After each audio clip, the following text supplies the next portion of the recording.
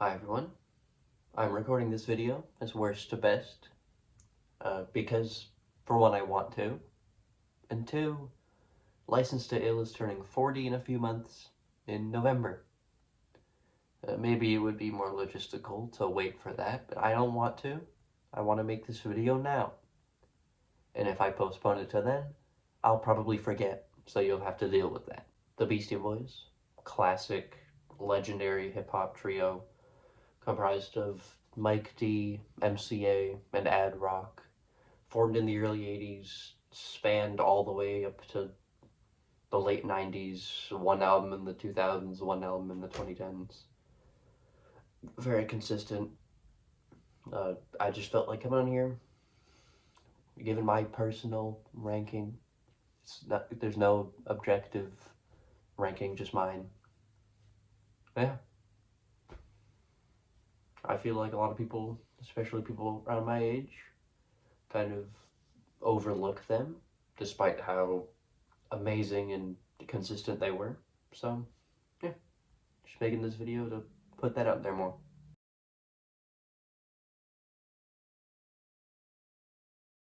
Starting off, this isn't a very good album. Admittedly, it's the one that I am the least familiar with. I've listened to it the least, so I'm not too knowledgeable on it, but that kind of comes down to the fact that for me, it's just kind of boring. Don't get me wrong, it's not like especially bad, it's just kind of lacking in personality, which is something that a lot of their other albums have in spades. Lots of character, lots of personality. This one kind of feels like they were just like putting stuff out for the sake of it, just, phoning it in, really. The beats are kind of lacking in variety and interest. Their performances feel like they have really no energy or no care most of the time. It's just kind of a stale portrayal of what they have to offer. I don't have too much to say about it other than that. I have much more to say about their other albums. I just kind of felt like throwing this in because it is an album of theirs.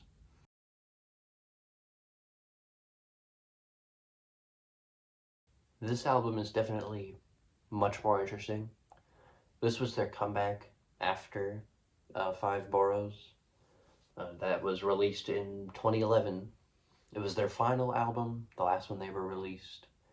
And it's a big improvement. The production on this album feels much more electronic and techno-y with, techno kind of beats and insane, like crazy off the walls mixing where everything is just coming at you like a wall of electric sound a lot of the time.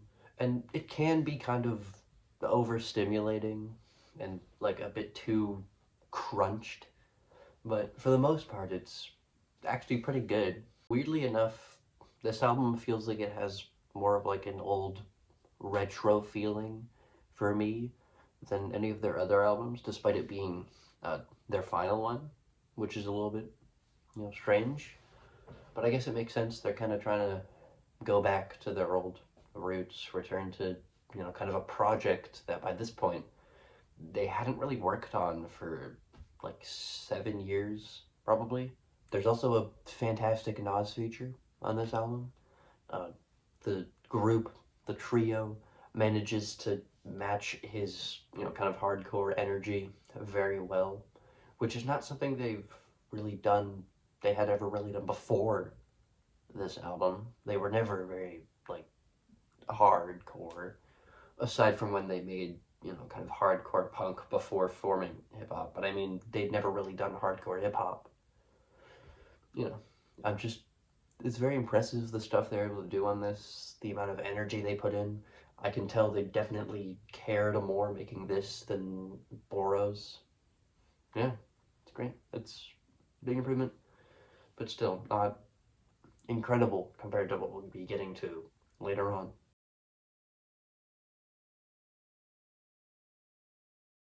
This is their debut, or was their debut, and undoubtedly their most popular album by far.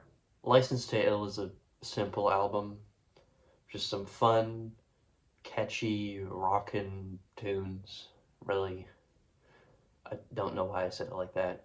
Um, obviously, No Sleep Till Brooklyn, Fight for Your Right to Party, two humongous songs, but even some deep cuts like the opening Rhymin' and Stealin' and Brass Monkey are just bangers, really. They're nothing well, they're a little groundbreaking, but it's nothing mind blowing, but it's just really fun, very enjoyable. You can definitely say it's a little goofy, but like it's goofy in a charming way. It's, obviously I've said the word fun a bunch of times and that's exactly what it is, but it's also undeniably a classic and, very important to hip hop as a whole. Not just because it got them, like, it blew them up so much, but also because it was, a big inspiration, a big hit among hip hop artists down the road. Like, I remember Method Man met with Ad Rock and Mike at one point, and he just went on like a whole spiel about songs on this album and how much he listened to them as a kid and loved them before he went on to, help form the Wu-Tang Clan. It's just a monumental album. I don't think it's close to their best. I think they released much better stuff later, but this was a very good ground groundwork for you know what they do later. Do I necessarily think it's aged immaculately? No, but I don't think it had to. It's, maybe it's not as good as it was when it first came out, but it's still very good and very enjoyable. That's all I have to say about it. So much ink's been spilled about License to Ill. We're just gonna get right to the next one.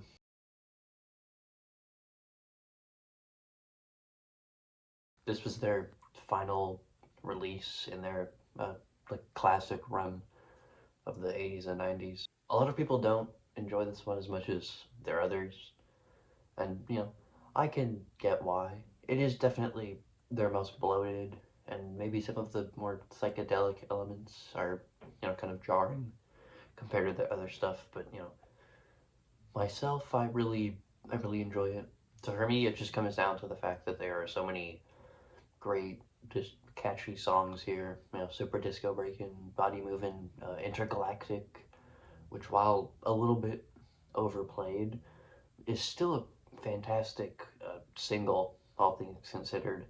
And it's, a song that could really only come from 90s hip hop. I can't imagine Intergalactic releasing 2000s or 80s or anything else. I don't really have too much else to say about it. It's very fun. There's so many just great songs. The sound isn't quite as diverse as it is with their, other albums, especially. Like, really, it just is kind of their weirdest album, but I still really enjoy it. But still, not top three.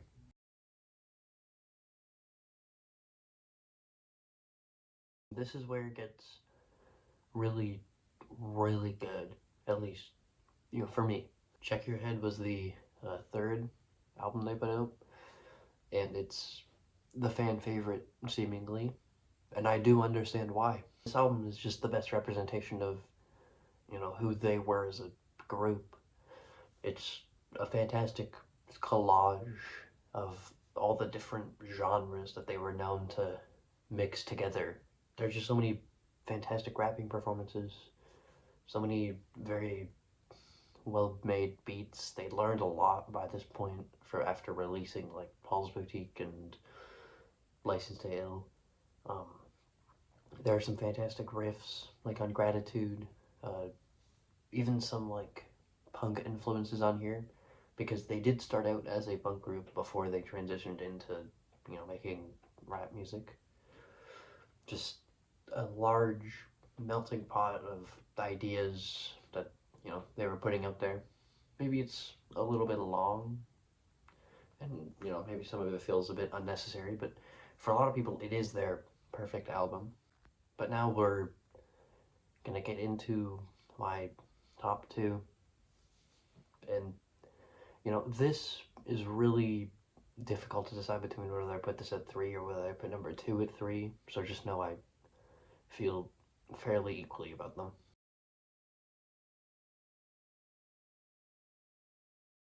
The reason that I decided to put this here at number two instead of three just kind of comes down to the fact I think it's better produced.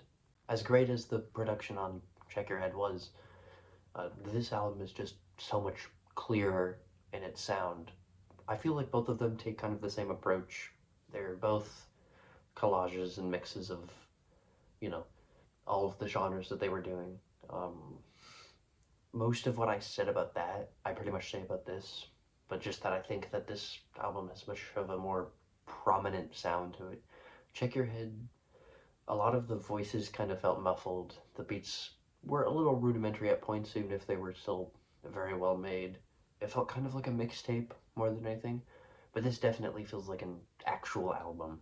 And I think there are even bigger highlights than on Check Your Head. The Q-Tip feature is obviously fantastic. Q-Tip does pretty much everything well.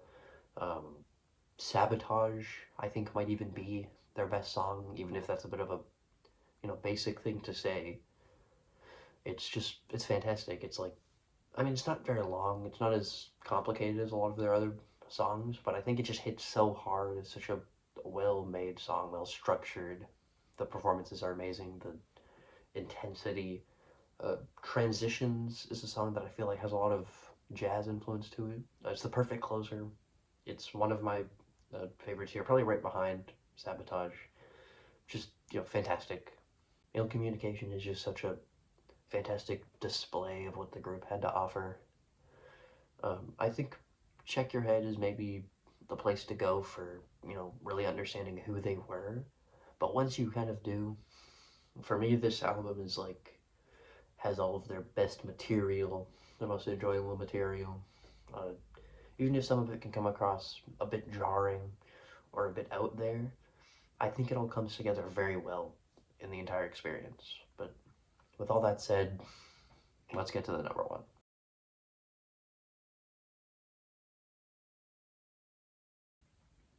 My number one, this is pretty obvious for me.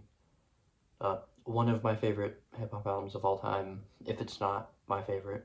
I really don't know what I can say about Paul's Boutique that hasn't been said already. I mean, it revolutionized production in hip hop forever with just a huge amount of samples, a ridiculous amount. What is it like? $2 million is even like $20 million, something like that.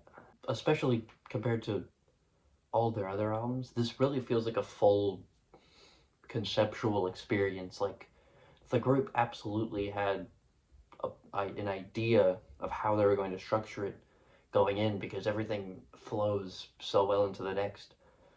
When I'm playing like a random shuffle or something and one of the songs on this album comes on, it feels very weird because I'm so used to hearing it in the context of the album, and it fits so well in that context.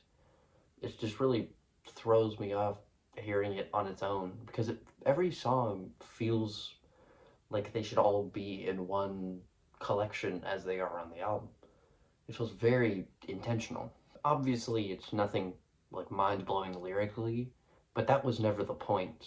It was an experiment in how far hip hop production could be pushed and how far sampling could be pushed and how much you can fit into just one collage before it kind of collapses in on itself. And it really sounds so clear and crisp compared to all the other rap albums before it. It's just mind blowing how clean everything is, even especially if you look back even just 1 year prior with Nation of Millions, which is another fantastic album. It kind of felt crunchy compared to now, but Paul's Boutique, it doesn't feel like it's incredibly old listening to it, but it is. It's like 40 years, 43 years. Yeah, it's a display of absolute genius and just for me an absolute masterpiece and masterclass example of rap music in general, and that's why it's my number one.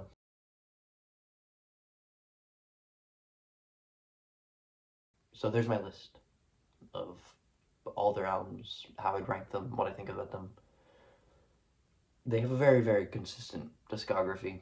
Any of the top five I can understand being in any order for other people. Burroughs, like, if it's one of your favorites, sure, but I just don't really get it myself. Other than that, they're all fantastic. So, what did you think? What do you think of them? How would you rank them? Is it similar to mine? Very different? Let me know. That's about it. See you.